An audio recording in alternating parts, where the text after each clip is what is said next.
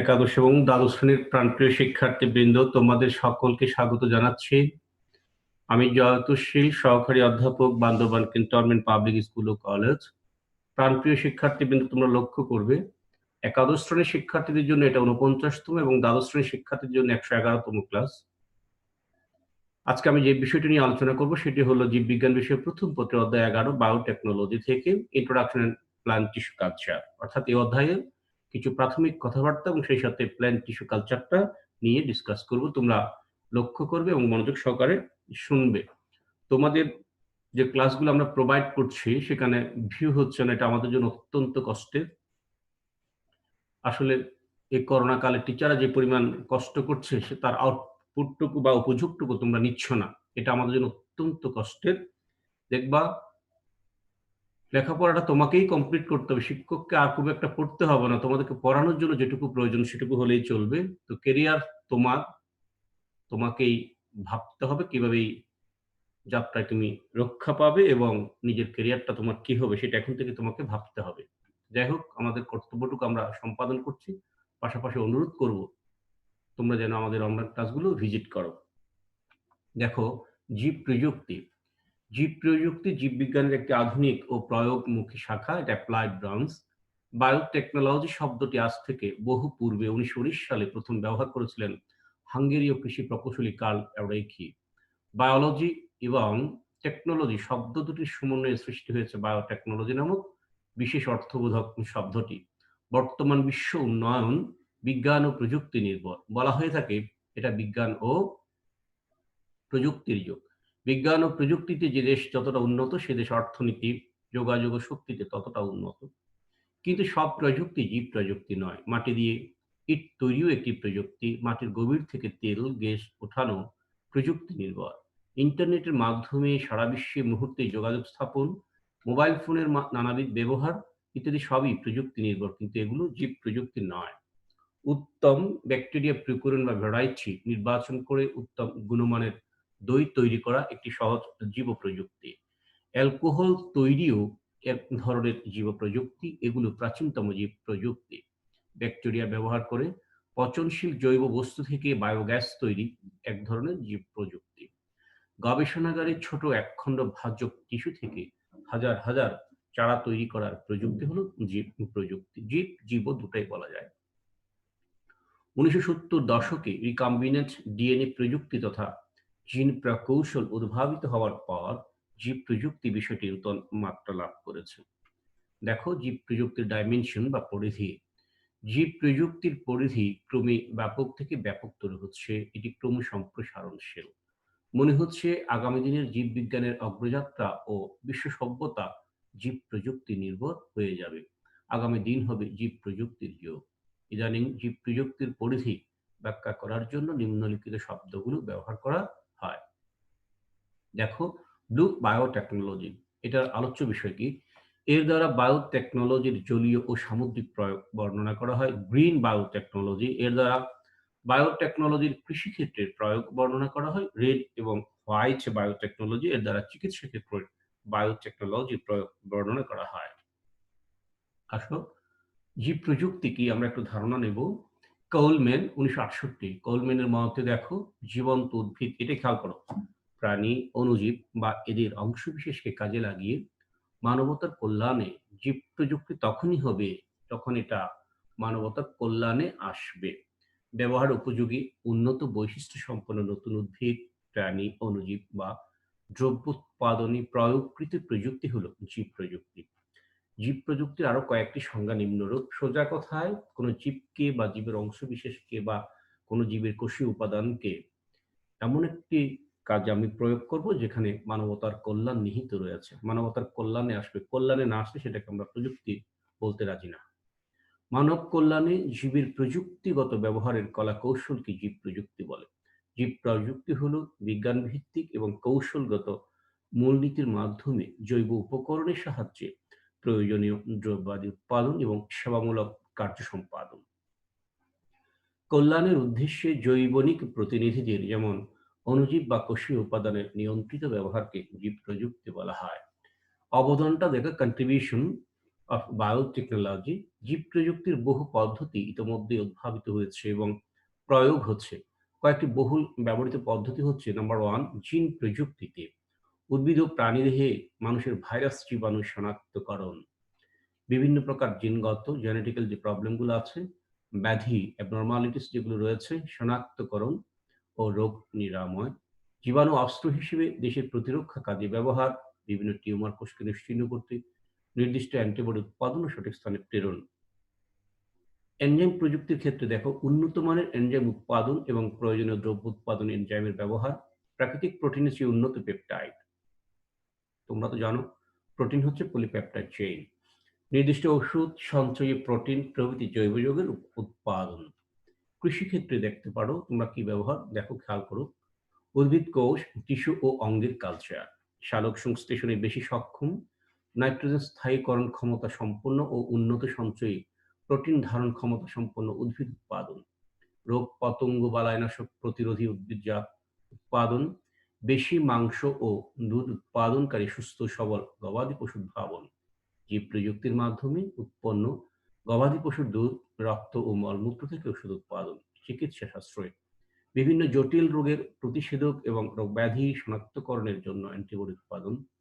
ব্যাকটেরিয়ার মাধ্যমে সংশ্লেষিত ইনসুলিন ও ইন্টারফেরন সহ নানা ধরনের হরমোন উৎপাদন। মানুষের বৃদ্ধি হরমোন উৎপাদন, মস্তিষ্ক, হৃৎপিণ্ড, ফুসফুসে রক্ত জমাট প্রতিরোধক উপাদান উৎপাদন। বর্তমানে বায়োফার্মের মাধ্যমে হরমোন, অ্যান্টিজেন ও ভিটামিন তৈরি করা হচ্ছে। শিল্পক্ষেত্রে শিল্পক্ষেত্রে অণুজীববিদ্যার জ্ঞানকে ভালোভাবে কাজে লাগিয়ে জীব প্রযুক্তির সাহায্যে বিভিন্ন ওষুধের গুণগত ও পরিমাণগত উৎপাদন বাড়ানো, জৈব শক্তি উৎপাদন, অণুজীব থেকে খাদ্য উৎপাদন। পরিবেশ রক্ষায় কলকারখানায় নির্গত রাসায়নিক পদার্থের বিক্রিয়া প্রশমন ঘটানোর জন্য অণুজীবের ব্যবহার। মনুষ্যসৃষ্ট বর্জ্য ও জঞ্জাল ধ্বংস ও পরিবেশ নির্মল করার কাজে অণুজীবের ব্যবহার। জিন ব্যাংক স্থাপন করে জীববৈচিত্র্য রক্ষা। এই সকল ক্ষেত্রে আমরা জীব প্রযুক্তির ব্যবহার দেখতে পাই। যাই হোক, এটাকে এই এতক্ষণ যা পড়লাম নিজেরা একটু পড়ে নিবা। প্ল্যান্ট টিস্যু কালচারটা আমি ব্যাখ্যা দিচ্ছি। এটাই মূলত একটা জীব প্রযুক্তি। উদ্ভিদের যেকোনো বিভাজনক্ষম অঙ্গ থেকে, যেমন শীর্ষমুকুল, কক্ষমুকুল, কচিপাতা বা পাপড়ি ইত্যাদি, যেকোনো একটি তুমি নিলা। বিচ্ছিন্ন কোনো টিস্যু সম্পূর্ণ জীবাণুমুক্ত অবস্থায় উপযুক্ত পুষ্টি মাধ্যমে বৃদ্ধিকরণ এবং পূর্ণাঙ্গ চারা উদ্ভিদ সৃষ্টি। এই যে প্রক্রিয়া, এই প্রক্রিয়াটাকে বলা হচ্ছে tissue culture. Plant tissue culture, যেহেতু এটা উদ্ভিদের টিস্যু এজন্য আমরা এটাকে প্ল্যান্ট টিস্যু কালচার বলছি। টিস্যু আবাদ করা, টিস্যু চাষ করা। অর্থাৎ তবে এটা কৃত্রিম উপায়ে, প্রাকৃতিক না। গবেষণাগারে কোনো টিস্যুকে পুষ্টির মাধ্যমে কালচার করাই হলো টিস্যু কালচার। যেকোনো একটা টিস্যু নিবে, সেটা এপিক্যাল বার্ড, শীর্ষমুকুল বা অ্যাক্সিলিয়ারি বার্ড, কক্ষমুকুল অথবা গ্রিন লিফ কচি পাতা বা পিটাল পাপড়ি, যেকোনোটাই হতে পারে। নিয়ে উপযুক্ত একটা পুষ্টি মাধ্যমে রাখলেই সেই টিস্যুটা বিভাজিত হয়ে টিস্যু মন্ড বা ক্যালাস তৈরি করবে এবং সেখান থেকে পরবর্তী পর্যায়ে কাঙ্ক্ষিত চারা গাছ আমরা পাবো। অর্থাৎ গবেষণাগারে কোনো টিস্যুকে পুষ্টি মাধ্যমে কালচার করাই হলো টিস্যু কালচার। বহু পূর্ব থেকেই এ ধরনের ধারণা অনেকে পোষণ করতেন। আমেরিকান জীববিজ্ঞানী মর্গান সর্বপ্রথম মত প্রকাশ করেন যে প্রতিটি সজীব উদ্ভিদ কোষেরই একটি পূর্ণাঙ্গ উদ্ভিদে পরিণত হওয়ার অন্তর্নিহিত ক্ষমতা আছে। এই ক্ষমতাকে তিনি টোটিপোটেন্সি বলে অভিহিত করেন। এটা পরীক্ষায় আসে। টোটিপোটেন্সি কি? হলো, দেখো প্রতিটি সজীব উদ্ভিদ কোষ, উদ্ভিদের যেকোনো একটি লিভিং সেল তার পূর্ণাঙ্গ একটি উদ্ভিদে পরিণত হওয়ার অন্তর্নিহিত ক্ষমতা আছে। আমাদের মধ্যে একটা কনসেপ্ট ট্রেডিশনাল যে একটা বীজ, আম খেলাম, আমের আটিটা রোপণ করলাম, চারা হবে। আর কোনো উপায়ে চারা পাওয়া যাবে না, সেটা নয়। প্রতিটি সজীব কোষেরই দেখবা নতুন একটা, এখান থেকে নতুন পূর্ণাঙ্গ একটা উদ্ভিদে পরিণত হওয়ার একটা ক্ষমতা আছে। এটাই হলো টোটিপোটেন্সি। তোমরা খেয়াল করবে, বাঁশ ঝাড় থেকে বাঁশ কেটে পুকুরে ফেলে দিল, কিছুদিন পর দেখা যাবে এটা বিভিন্ন স্থানে স্থানে ওখানে পুকুরের পানিতে নতুন কচি কোমল চারা গাছ উঠে যাচ্ছে। একটা জিগা গাছের ডাল কেটে ফেলে দাও, দোল কলমের ডাল কেটে মাটিতে ফেলে দাও, পানিতে ফেলে দাও, ওখানেই চারা হয়ে যাচ্ছে। তো এই কনসেপ্ট গুলো আসলে টোটিপোটেন্সি এটাকে সমর্থন করে। যেহেতু এই প্রক্রিয়া ক্ষুদ্র অংশ ব্যবহারের মাধ্যমে পূর্ণাঙ্গ উদ্ভিদ তৈরি করা হয়, এই জন্য একে মাইক্রো প্রপাগেশন বলা হয়। টোটিপোটেন্সি একটা বিষয়, আসলে মাইক্রো প্রপাগেশন আরেকটা বিষয়। আবার দুটো মিলে একটা বিষয়। কেন? টোটিপোটেন্সি হলো এই যে একটা লিভিং সেল, উদ্ভিদ দেহের যেকোনো একটা লিভিং সেল, তার যে একটা অন্তর্নিহিত ক্ষমতা, এখান থেকে নতুন একটা উদ্ভিদ হবে। এই ক্ষমতাটাই হলো টোটিপোটেন্সি।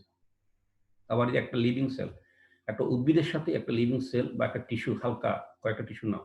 এটা খুবই ছোট অংশ। এই ছোট থেকেই মাইক্রো কথাটা আসছে। এটাকে মাইক্রো প্রপাগেশন বলা হচ্ছে। আবার এই প্রক্রিয়ায় কোনো উদ্ভিদের সমগুণ সম্পন্ন প্রজন্ম বা ক্লোন তৈরি করা হয় বলে একে ক্লোনিং প্রযুক্তিও বলা হয়। কারণ একটা উদ্ভিদের শরীর থেকে তুমি একটা টিস্যু নিবা, একটা সেল নিবা, এটা আবাদ করবা। ওখান থেকে যে চারাগাছটা পাবে সেটা হুবহু যে উদ্ভিদ থেকে তুমি টিস্যুটা নিয়েছো সেটার মতোই হবে। জেনেটিক ক্যারেক্টার হুবহু হবে, কোনো চেঞ্জ আসবে না। বাট সেখানে যে একটা পুরুষ উদ্ভিদ, একটা স্ত্রী উদ্ভিদ থাকতো, পুরুষ উদ্ভিদের পরাগরেণু স্ত্রী ফুলের গর্ভমুণ্ডে গিয়ে ফার্টিলাইজেশন বা নিষেক প্রক্রিয়া সম্পন্ন করত। সেক্ষেত্রে নতুন যে উদ্ভিদটা পাবো তার ক্যারেক্টার হবে 50% পুরুষ উদ্ভিদটার মতো, 50% স্ত্রী উদ্ভিদটার মতো। তার মানে নতুন যে উদ্ভিদটা হলো এটা তাদের বংশধর হলেও তারা যেকোনো একজনের শতভাগ জেনেটিক্যাল ক্যারেক্টার বহন করছে না। সুতরাং সেটা ক্লোনিং নয়, ক্লোনিং নয়। বাট এইখানে আমরা একটা সেল নিয়ে কাজ করছি বিধায় নতুন যে উদ্ভিদটা হবে সেটা হুবহু যে উদ্ভিদের কোষ নিয়ে করছে সেটার মতোই, সুতরাং এটা ক্লোনিংও বটে। টিস্যু কালচার উদ্দেশ্যে মাতৃ উদ্ভিদ হতে পৃথকীকৃত অংশকে এক্সপ্লান্ট বলা হয়। টিস্যু কালচার পদ্ধতির মাধ্যমে উৎপাদিত নতুন চারাকে বলা হয় অনুচারা। জার্মান উদ্ভিদ বিজ্ঞানী হেবারল্যান্ড, এটা একটু মনে রাখিও, তাকে কি বলা হয়? টিস্যু কালচারের জনক। টিস্যু কালচারের জন্য কিছু যন্ত্রপাতি উপকরণ: ওয়াশিং বাকেট, নিক্তি, পিএইচ মিটার, অটোক্ল্যাভ, অণুবীক্ষণ যন্ত্র, microtome, refrigerator, laminar airflow cabinet, centrifugal machine বা সেন্ট্রিফিউজ মেশিন, মাইক্রোওয়েভ ওভেন এবং ব্লেন্ডার। কাচের উপকরণ: টেস্ট টিউব, কনিক্যাল ফ্লাস্ক, আয়তনিক ফ্লাস্ক, বিকার, পেট্রো ডিশ, মাপচুন, পিপেট, খাদযুক্ত কাচদণ্ড এবং বোতল। রাসায়নিক দ্রব্য কি লাগে দেখো, কি লাগতে পারে? বিভিন্ন ধরনের অজৈব লবণ, growth hormone, vitamin, amino acid, charcoal, yeast, alcohol, spirit, carbohydrate. আরো যা লাগতে পারে: কাঁচি, চিমটা, surgical blade, secateur, spatula, filter paper, aluminium foil, প্লাস্টিকের পাত্র। জীবাণুমুক্ত পরিবেশ, এটাই হচ্ছে এই কাজের জন্য সবচেয়ে গুরুত্বপূর্ণ একটা বিষয়, সেন্সিটিভ একটা বিষয়। পরিবেশটা জীবাণুমুক্ত হতে হবে, না হয় জীবাণু দ্বারা সংক্রমিত হলে তোমার যে কাজ, তোমার উদ্দেশ্যটা সফল হবে না। টিস্যু কালচারের জন্য একটি সম্পূর্ণ জীবাণুমুক্ত পরিবেশ দরকার। ব্যবহার্য সব উপকরণ জীবাণুমুক্ত করা প্রাথমিক কাজ। কালচার মিডিয়াম কোনোভাবে সংক্রামিত হলে মিডিয়াম আর ব্যবহার করা যায় না। কালচার মিডিয়ামের পাত্র ও অন্যান্য কাঁচের জিনিসপত্র গরম বায়ু ওভেনে 160 ডিগ্রি সেলসিয়াস থেকে 180 ডিগ্রি সেলসিয়াস তাপমাত্রায় 1 থেকে 2 ঘন্টা রেখে নির্বীজ করা হয়। নির্বীজ মানে জীবাণুমুক্ত করা। ফরসেপ মানে চিমটা, নিডল মানে সুই, স্কালপেল মানে রেজর ইত্যাদি উপকরণ বার্নারে গরম করে 95% অ্যালকোহলে ডুবিয়ে রেখে দিলে এটা জীবাণুমুক্ত হবে। টিস্যু কালচার পদ্ধতি বা প্রযুক্তির ধাপসমূহ দেখো। নিম্নলিখিত ধাপে টিস্যু কালচার পদ্ধতির বর্ণনা করা যায়। যেমন মাতৃ উদ্ভিদ বা এক্সপ্লান্ট নির্বাচন অত্যন্ত গুরুত্বপূর্ণ বিষয়। তুমি যেহেতু কৃত্রিম উপায়ে এত উপকরণ, এত সতর্কতা, সাবধানতা অবলম্বন করে নতুন একটা চারাগাছ তৈরি করবে, সুতরাং যেন তেন একটা স্টক বেছে নিলে হবে না। উন্নত গুণগত চারিত্রিক বৈশিষ্ট্য সম্পন্ন, অর্থাৎ ভালো আরকি, ভালো ক্যারেক্টারধারী একটা উদ্ভিদ সিলেকশন করবা। সেই উদ্ভিদ থেকে একটি টিস্যু, একটি অংশ নিবা। যে অংশটা উদ্ভিদ থেকে কেটে নিবা সেটাই হলো এক্সপ্লান্ট। এক্সপ্লান্ট হলো ওই উদ্ভিদাংশ। পরীক্ষায় প্রশ্ন হয় এক্সপ্লান্ট কি? টিস্যু কালচারের উদ্দেশ্যে তুমি যে মাতৃ উদ্ভিদটা সিলেকশন করবা, সেই উদ্ভিদ থেকে যে টিস্যুগুচ্ছ নিবা এটাই হলো এক্সপ্লান্ট। যে খণ্ডটা, যে টুকরাটা, যে অংশটুকু নিবা টিস্যু কালচারের উদ্দেশ্যে ওটাই হলো এক্সপ্লান্ট। এক্সপ্লান্ট হলো ওই উদ্ভিদাংশ টিস্যু কালচারে ব্যবহারের জন্য যাকে কোনো উদ্ভিদ থেকে পৃথক করে নেওয়া হয়। কাজেই এক্সপ্লান্ট নির্বাচন একটি অতি গুরুত্বপূর্ণ বিষয়। সাধারণত কাণ্ডের শীর্ষমুকুল, পার্শ্বমুকুল এক্সপ্লান্ট হিসেবে অধিক ব্যবহৃত হয়। পর্ব বা পাতার শীর্ষ ব্যবহৃত হয়। যে উদ্ভিদ থেকে এক্সপ্লান্ট নেওয়া হয় বা হবে সেটি হলো মাতৃ উদ্ভিদ। মাতৃ উদ্ভিদটি অবশ্যই নিরোগ ও বৈশিষ্ট্যমণ্ডিত হতে হবে। টিস্যু কালচারের জন্য সুস্থ, নিরোগ ও উৎকৃষ্ট বৈশিষ্ট্যমণ্ডিত উদ্ভিদ থেকে টিস্যু সংগ্রহ করা হয়। সংগৃহীত টিস্যুকে এক্সপ্লান্ট বলে। এই দেখো, এটি হচ্ছে মানে জাস্ট এটা আরো পরেও আছে। তারপর আমরা একটু দেখি, খেয়াল করো। এই যে টবে লাগানো গাছ মাকড় উদ্ভিদ, আমরা এই উদ্ভিদটাকে সিলেকশন করলাম। এই উদ্ভিদের এই যে শীর্ষ মুকুলটা নিলাম, এখান থেকে টিস্যু নিলাম, এটাই হচ্ছে এক্সপ্লান্ট। এটা একটা কনিক্যাল ফ্লাস্ক। এটার মধ্যে আমরা এটা একটা হচ্ছে মানে মিডিয়াম পুষ্টি মাধ্যম, এইখানে আমরা টিস্যুটা রাখলাম। দেখো এটা ক্যালাস তৈরি করলো, মানে এটা আস্তে আস্তে বিভাজিত হয়ে অনেকগুলো কোষের একটা গুচ্ছ বা পিণ্ডটা দলা মণ্ড, এটি হলো ক্যালাস। ক্যালাস সৃষ্টি করলো। এরপর দেখো সেই ক্যালাস থেকে আস্তে আস্তে বিভিন্ন ধরনের অণুচারা তৈরি হচ্ছে। তুমি আরো একটা কাজ করতে পারো, এই ক্যালাসটাকে খণ্ড খণ্ড করে, খণ্ড বিখণ্ড করে আর অনেকগুলো ফ্লাস্কে নিলে সেখানেও আবার এরা বিভাজিত হয়ে ক্যালাস তৈরি করবে, এবং এইভাবে তুমি প্রত্যাশা অনুযায়ী অনেকগুলো চারা পেয়ে যেতে পারো। এখানে অনুচারা হবে, অনুচারাগুলো আলাদা আরেকটা পাত্রে আমরা রাখবো, সেখানে মিডিয়ামটা একটু চেঞ্জ হবে এবং এখানে মূল তৈরি হবে। এখানে কোনো মূল হয় নাই, মূল গজাবে, যে মূল সৃষ্টি হচ্ছে। তারপর এখান থেকে সরিয়ে নিয়ে এটাকে আমরা আলাদা পাত্রে টবে লাগাবো। তারপরে টবগুলোকে আস্তে আস্তে রোদে দেবো, তারপর আবার ঘরে রাখবো। এভাবে করে আস্তে আস্তে প্রাকৃতিক পরিবেশ যেন সহ্য করে নিতে পারে, সেই ধরনের অবস্থায় আসলে মাঠে আমরা এটাকে স্থানান্তর করতে পারবো। এই হচ্ছে প্ল্যান্টেশন কালচার। দেখো এরপর কি আছে, ২ নম্বর কালচার মিডিয়াম বা আবাদ মাধ্যম তৈরি। টিস্যু কালচার কাজের জন্য প্রাথমিকভাবে একটি কালচার মিডিয়াম তৈরি করা আবশ্যক। উদ্ভিদের পুষ্টি ও বৃদ্ধির জন্য যে সমস্ত রাসায়নিক উপাদান প্রয়োজন হয় তার সমন্বয়ে এই মিডিয়াম প্রস্তুত করা হয়। বিভিন্ন ধরনের মুখ্য ও গৌণ উপাদান, ম্যাক্রো এবং micro elements, vitamin, sucrose, phytohormone প্রভৃতি এই মিডিয়ামে থাকা প্রয়োজন। মাধ্যমকে ঘন করতে জমাট বাঁধার উপাদান যেমন এগার মিডিয়াম সঠিক মাত্রায় মেশাতে হয়। মৌলিক উপাদান সমৃদ্ধ আবাদ মাধ্যমকে বেজাল মিডিয়াম বলে। মিডিয়ামের পিএইচ হবে 5.5 থেকে 5.8 এর মধ্যে, এটা একটু মনে রাখবা। জীবাণু মুক্তকরণ বা নির্বীজকরণ। কালচার মিডিয়ামে থাকে পুষ্টি উপাদান, ফলে এত সহজেই জীবাণু জন্মাতে পারে, কিন্তু কালচার করার জন্য মিডিয়াম এবং প্লান্ট সবই জীবাণুমুক্ত থাকা আবশ্যক। তাই মিডিয়ামকে কনিক্যাল ফ্লাস্ক বা টেস্ট টিউবে ঢেলে নির্বিষ্কৃত তুলা দিয়ে পাত্রের মুখ বন্ধ করে দেওয়া হয় যাতে বায়ু ঢুকতে না পারে। এরপর পাত্রটিকে নির্বীজকরণ অর্থাৎ স্টেরিলাইজেশন মানে জীবাণুমুক্ত করার যন্ত্র দিয়ে জীবাণুমুক্ত করা হয়। মিডিয়ামকে অটোক্লেভ যন্ত্রের নির্দিষ্ট তাপ ১২০ ডিগ্রি সেলসিয়াস, এটা এমসিকিউতে হয়, চাপ ১৫ পাউন্ড ও সময় ২০ মিনিট রাখা হয়। জীবাণুমুক্ত পরিবেশে গবেষণাগারে কাচের পাত্রের মধ্যে কৃত্রিম আবাদ মাধ্যমে এক্সপ্লান্ট থেকে অনুচারা তৈরির পদ্ধতি হলো ইনভিট্রো কালচার। ইনভিট্রো শব্দের অর্থ হলো গ্লাস, গ্লাস জার, কাঁচ পাত্র। যেহেতু টিস্যুটা আমরা যে ফ্লাস্কে রেখেছি ওইটা ফ্লাস্কটা কাচের পাত্র, এই জন্য এটাকে ইনভিট্রো কালচারও বলা হয়।